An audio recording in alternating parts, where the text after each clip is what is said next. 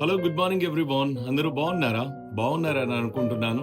చాలా రోజుల తర్వాత కనిపించి బాగున్నారా అని అడుగుతున్నారేంటి అని అనుకోవద్దు. ఇక నుండి తప్పకుండా రెగ్యులర్ టచ్‌లో ఉంటాను. ఒక మంచి విషయాన్ని చెప్పి నేను ముందుకు వెళ్తాను. ఒక యవ్వనస్తుడు రకరకాల మాటలకి, క్రిటిసిజంకి, అబ్యూజ్‌కి, కామెంట్స్‌కి బాధపడుతున్నాడు. కుమిలిపోతున్నాడు. ఎందుకంటే చుట్టుప్రక్కల వారు ఎదుటివారిలో ఏ టాలెంట్ ఉన్నదో, ఏ పరిస్థితి ఉన్నదో ఎవరు గ్రహించరు కాబట్టి. రకరకాల కామెంట్స్ అనుభవిస్తున్నటువంటి వ్యక్తి తండ్రి దగ్గరికి వెళ్ళి బాధపడుతున్నాడు. తండ్రి, నా పరిస్థితి ఏంటి? నేనేం చేయాలి అన్నప్పుడు తండ్రి ఒకటే అంటున్నాడు, నేనేమి చేయలేను నాన్న. తాతల దగ్గర నుంచి వచ్చినటువంటి ఒక విలువైన వస్తువు మాత్రం నీకు ఇస్తాను అన్నాడు. లోపలికి వెళ్ళి ఒక పాతకాలపు వాచ్ తీసుకొచ్చి ఇస్తున్నాడు. ఇది చూసి కుమారుడు చాలా డిస్కరేజ్ అయ్యాడు.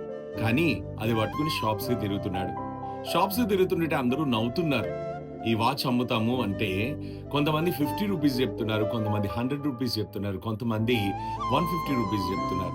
ఇదంతా చూస్తూ డిస్కరేజ్ అవుతూ బాధపడుతూ వస్తున్నటువంటి వ్యక్తికి ఒక వ్యక్తి ఎదురయ్యాడు.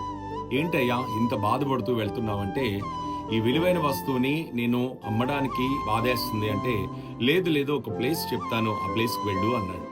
ఆ ప్లేస్కి వెళ్ళిన తర్వాత అక్కడ ఉన్నటువంటి వారు అంటున్నారు, ఆ వాచ్ చూడగానే మీకు 10 lakhs ఇస్తాము అన్నారు. ఇతను అంటున్నాడు, జోక్ చేస్తున్నారేంటి? 50 రూపీస్, 100 రూపీస్, 150 రూపీస్ కూడా ఇవ్వడానికి ఇష్టపడనటువంటి వారు ఉన్నారుగా, మీరేంటి 10 lakhs ఇస్తానంటున్నారు అని నవ్వాడు. నవ్వితే ఇది ఎప్పటిదో పాతకాలంది, ఇది దొరకడం చాలా రేర్ అని చెప్పేసి అన్నారంట. వెంటనే అది ఇచ్చాడు.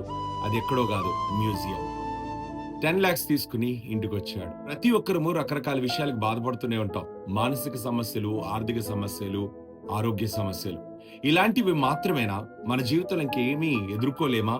దేని విషయంలో కూడా ముందుకు సాధించలేమా? ప్రతి ఒక్కరు ఇదే దిగులుతో బాధపడుతూ కుమిలిపోతూ ఉంటారు. ఫిలిప్పీలకు రాసిన పత్రిక 4:13 నన్ను బలపరచు ఆనియందే నేను సమస్తము చేయగలను. The book of Philippians chapter 4:13 God is not a magical helper to fulfil every desire but a source of strength for faithful endurance. నీవు గనక దేవుడి మీద నిలబడి ఉంటే గనక ఖచ్చితంగా నీవు విక్టరీ పొందుకుంటావు. చిన్న విషయాలకే, స్వల్పమైన విషయాలకే భయపడుతూ, కంగారు పడుతూ నువ్వు దేవుడిని మాత్రం ఈ సమస్య వద్దు అని అడిగితే మాత్రం ఆయన మ్యాజికల్ హెల్పర్ అనుకుంటున్నారా? లేదు. నువ్వు ఫెయిత్ఫుల్ గా ఉండాలి. నువ్వు ఏ విషయంలో అయినా సరే నమ్మకంగా ఉండాలి. ఒక యజమాని దగ్గర పనిచేస్తుంటే యజమానికి నమ్మకంగా ఉంటేనే కదా నీకు ప్రమోషన్ వచ్చేది.